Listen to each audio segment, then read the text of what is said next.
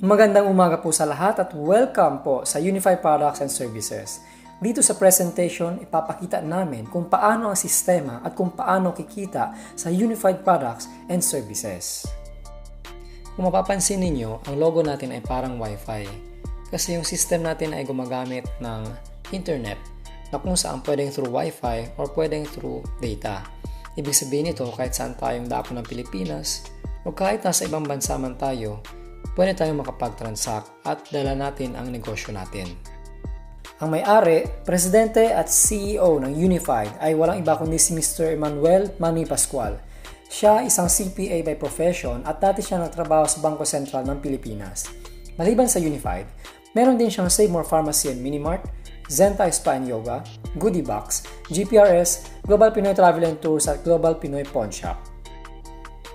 Ang Unified ay natatag noong November 11, 2011 at ito ang pinakaunang all-in-one home-based online services facility sa Pilipinas. Regarding naman sa legalities, registered tayo sa BIR, meron tayong permit sa Securities and Exchange Commission at registered tayo sa Bangko Sentral ng Pilipinas. At syempre dahil Unified Products and Services, maliban sa services, meron din tayong mga products. At itong halal certificate ay nagsacertify na yung mga products natin ay pwedeng gamitin ng mga kaibigan natin na Muslim.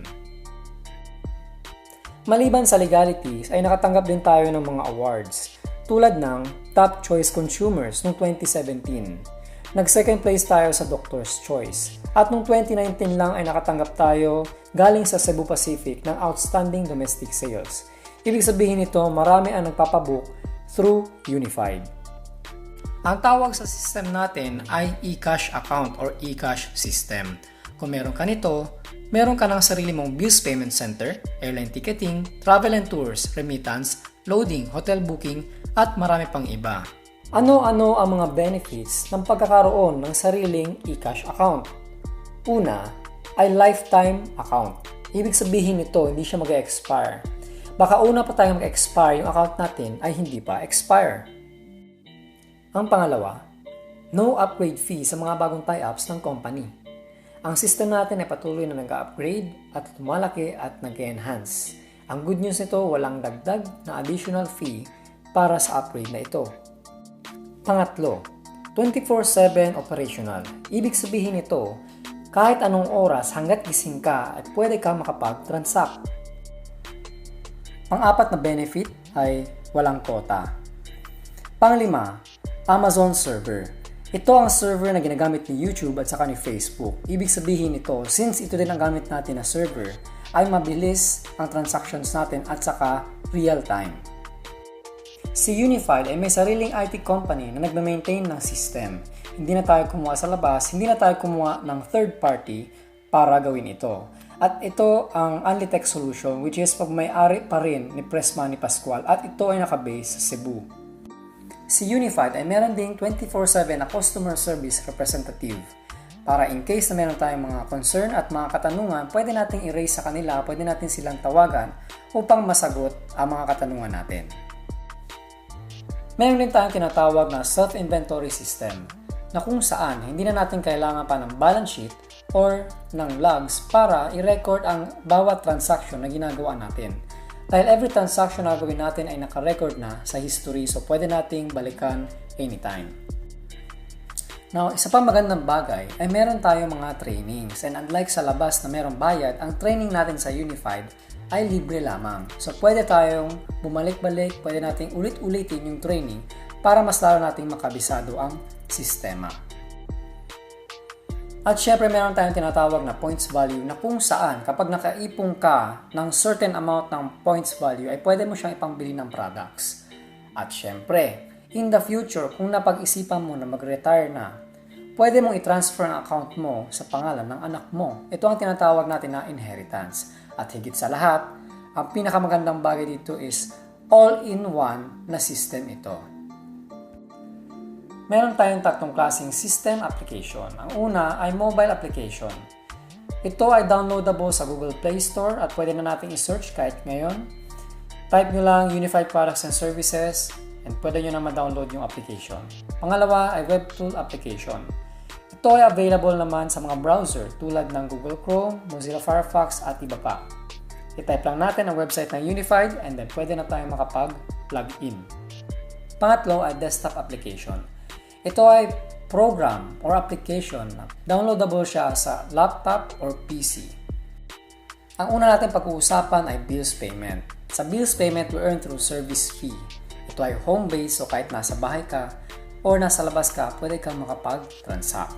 No hassle, save time and effort kasi hindi mo na kailangan pumila. So wala ka rin kailangang alalahanin na quota, cut-off at saka cash ban.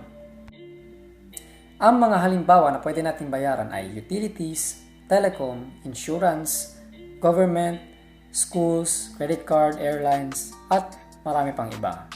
Ang good news nito dahil partner na natin si Bayad Center and currently yung system natin is undergoing upgrade dahil pinaparallel yung system natin sa system ni Bayad Center na kung saan after ng upgrade, expect additional na 1,000 pa na billers na papasok dito. Ang system natin ay napaka-user-friendly. Kung makapansin ninyo dito sa gawing kaliwa, ito ang mobile application natin at sa gawing kanan ang web tool natin. At ang kailangan lang sa bills payment ay account number, subscriber name, amount, input natin yung password, and then click submit. So paano ba ang kitaan sa bills payment? Example, meron tayong bill ng Meralco na worth 1,000. Meron lang tayong tinatawag na system charge na 10 pesos sa lahat ng transaction natin, sa bawat transaction. And take note, wala pa tayong kita dyan. So, ang gagawin natin is lalagyan natin siya ng markup. Ang markup ay nakadepende po sa inyo. Pero dito sa example na to ay 20 pesos. So, total na babayaran ng client is 1,030. So, let's say, isang araw ay nakapag 10 transaction ka. So, 20 times 10, that is 200.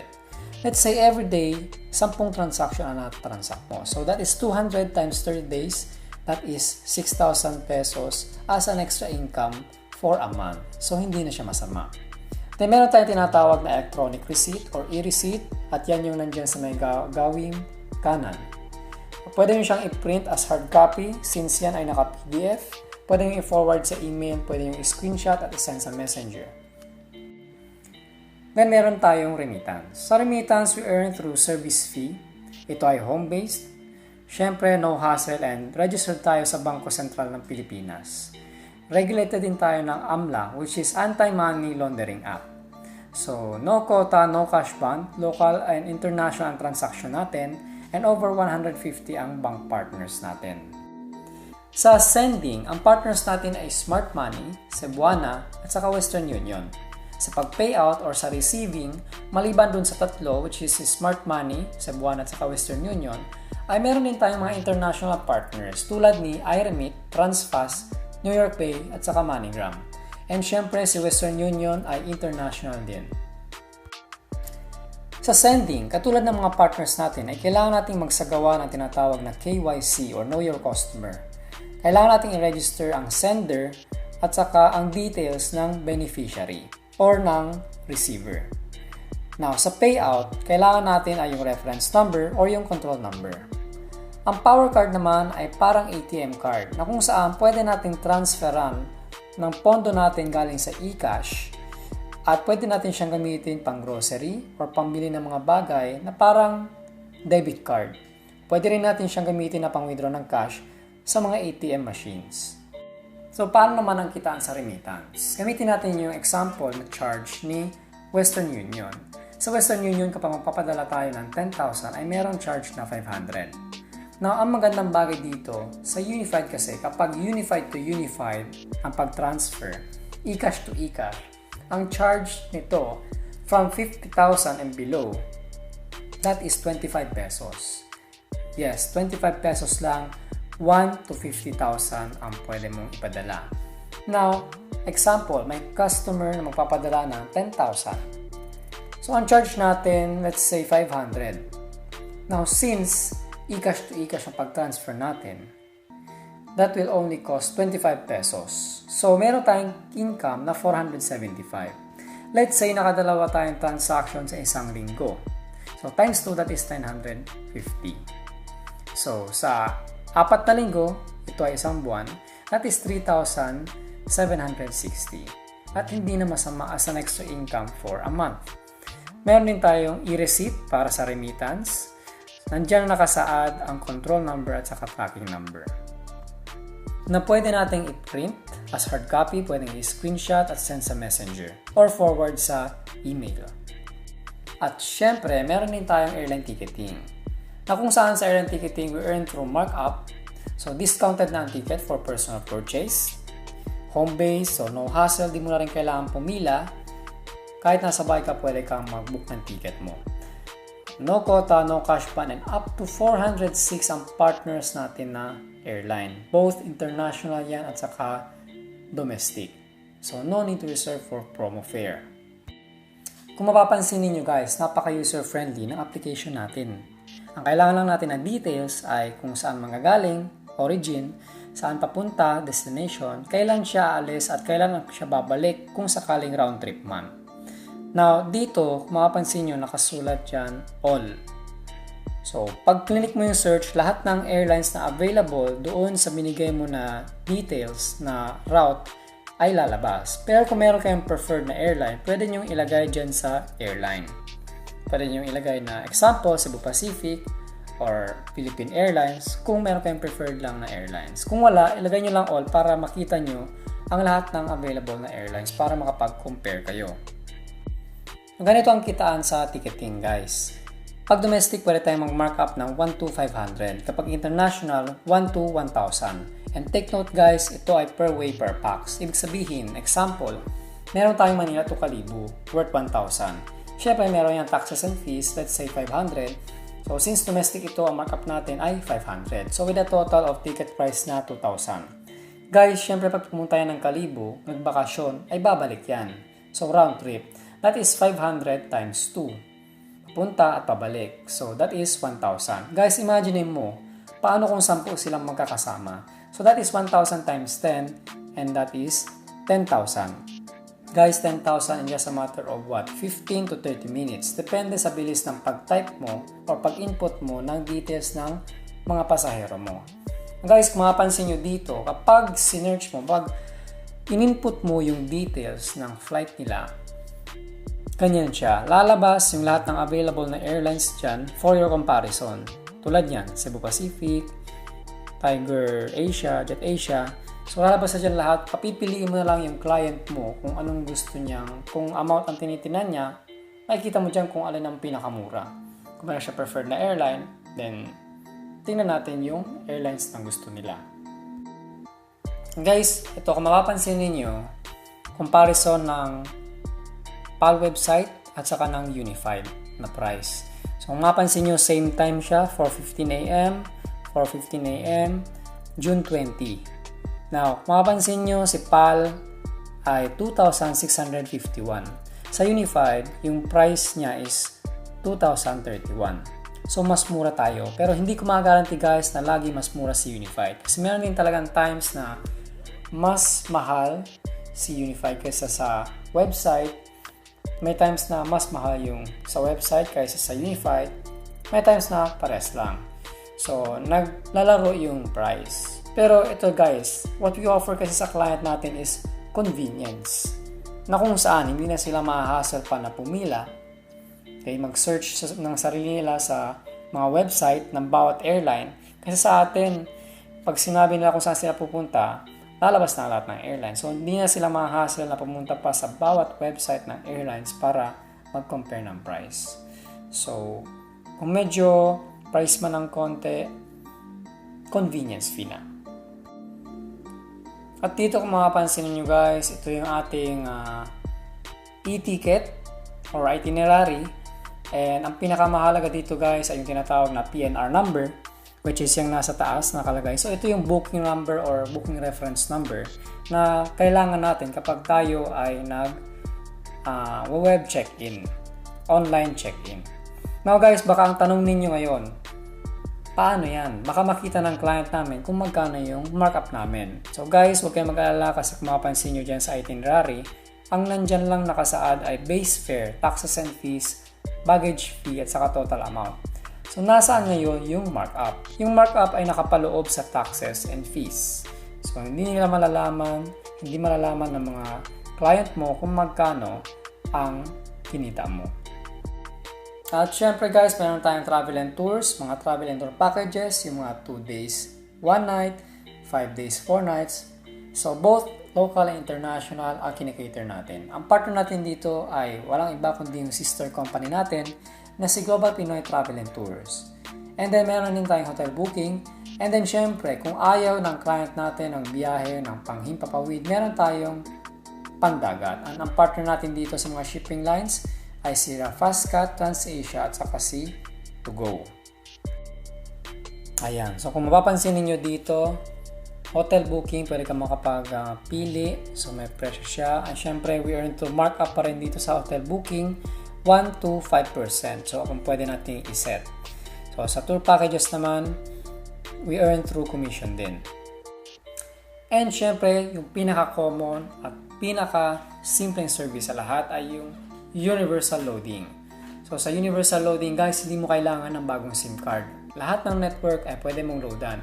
At syempre guys, kapag ikaw ay load retailer or ikaw ay dealer ni Unified, ikaw ay isang mega dealer ng load. Which means, guys, pwede kang mag-generate, pwede kang mag-activate ng sarili mong retailers. And guys, take note, unlimited ang pwede mong i-activate na retailers. So guys, walang quota, wala kang kailangang alahanin na quota. So local and international ang loading natin. So no area restriction, no expiration of load wallet, no third party. So ganito guys. Maliban sa kung may kita ka dun sa pagbebenta mo ng load, meron ka rin kita sa pag-transfer ng pondo sa load wallet ng retailers mo. And every time na mag-transfer ka ng pondo, meron kang rebates na 2%. Yes, 2%. So guys, example, nag-transfer ka ng pondo na 1,000 sa load retailer mo. So ang 2% niyan ay 20 pesos. Meron kang income na 20 pesos. Let's say meron kang 30 na retailers.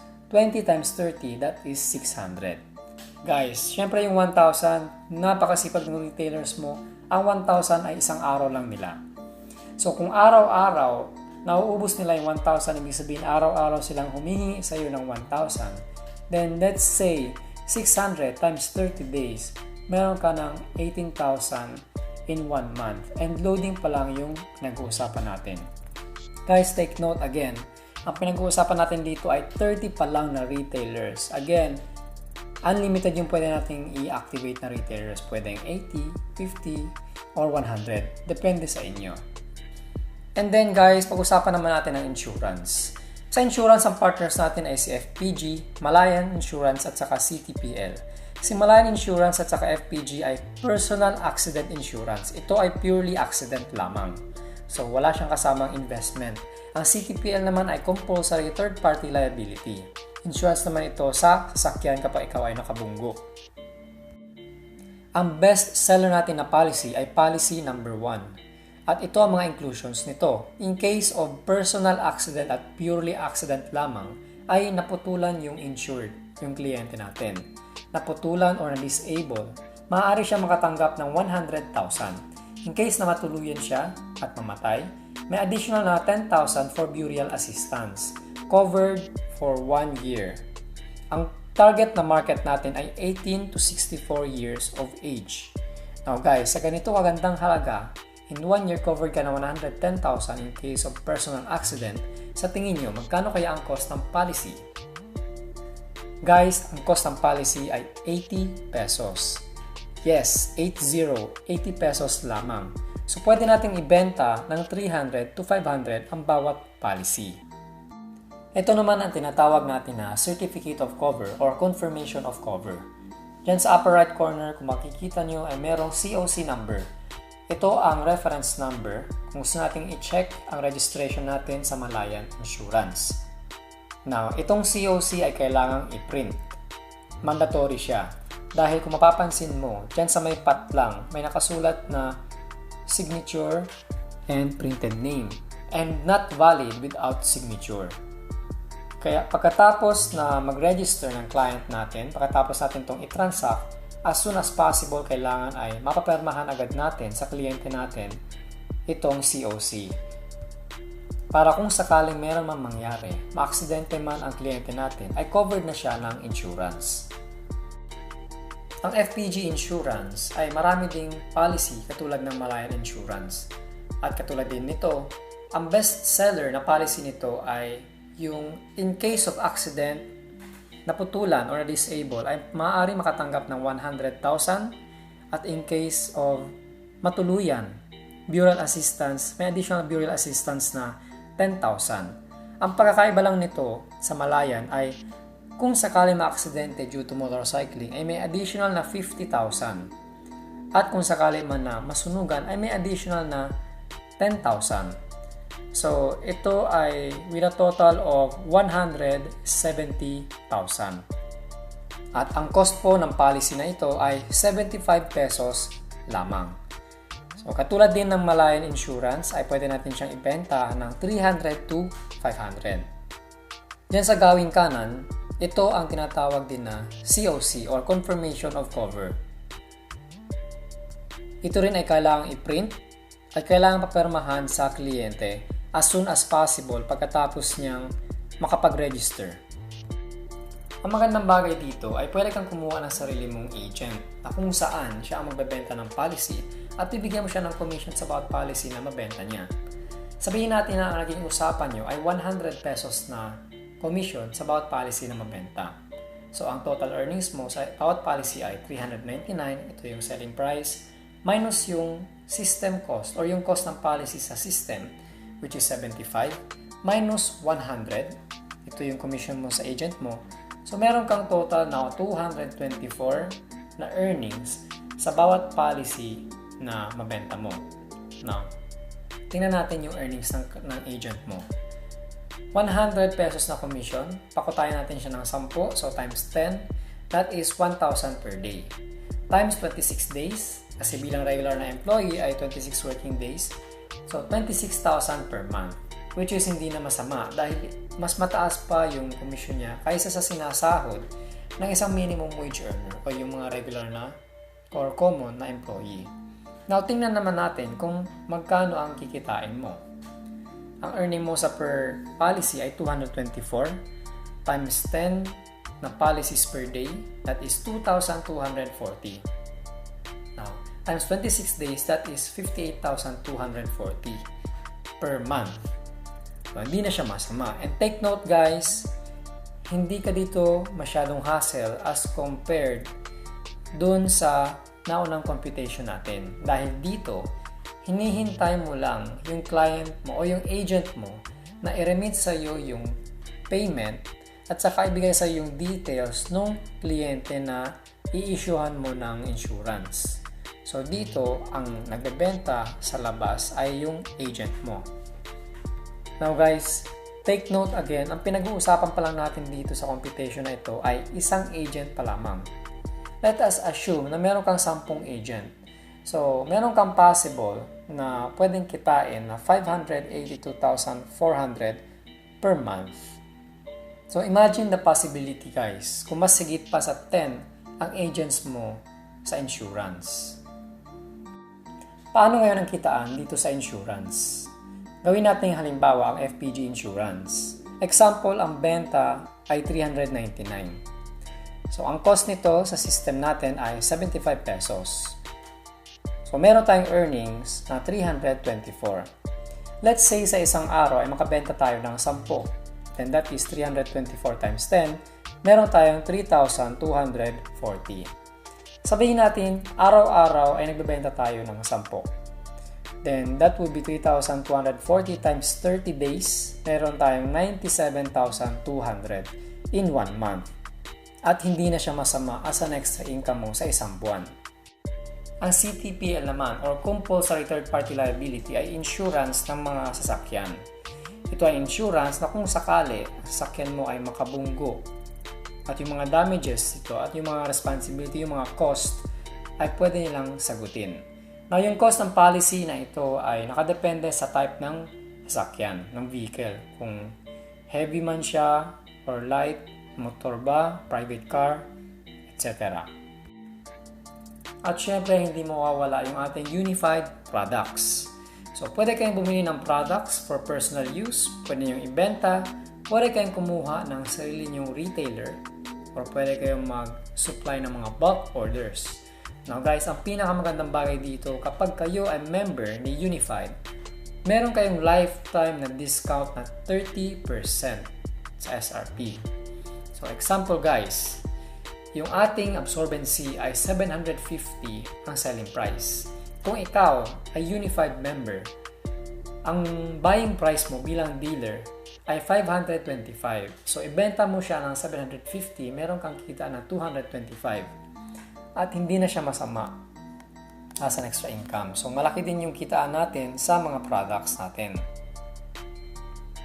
Ang iba't ibang klaseng products natin ay mga wellness products, health products, so mga example, mga juice, mangustin coffee, mangustin choco, so mga pang health and wellness.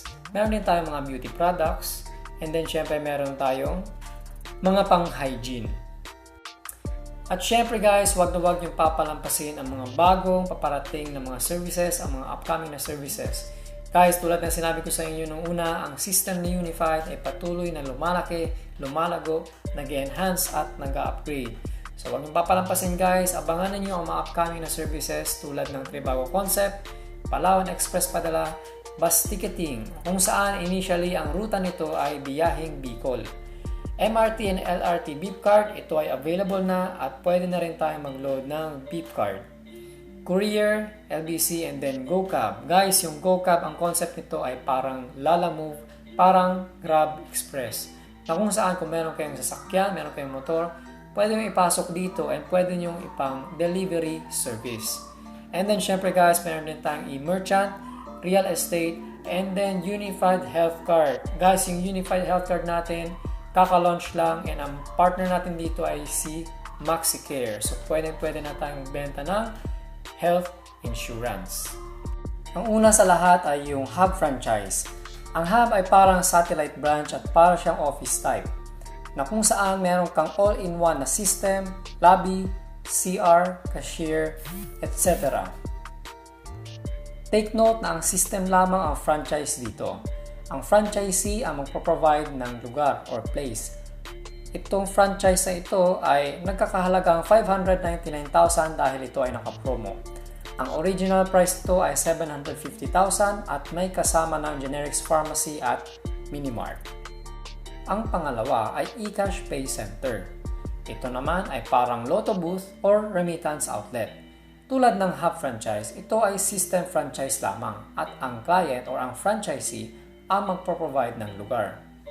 Maliban sa all-in-one na system, ito ay may kasamang freebies na roll-up banner na 6 feet with budget of lighted signage at lifetime na one-time payment ito. At ang pangatlo at bestseller natin ay ang home-based dealership. Ito ay hindi kailangan ng pwesto. Kailangan lang ay computer, laptop o smartphone at saka internet. Kaya kahit nasa bahay, labas ng bahay, o nasa ibang bansa ka man ay pwedeng makapag-transact. Maliban sa all-in-one na system, ito rin ay may kasamang mga freebies. Tulad ng Malayan Insurance na covered for 1 year, tarpaulin, 10 pirasong leaflets, trainings at ito din ay lifetime. Take note po, ang trainings po natin ay libre para sa lahat ng klase ng franchise.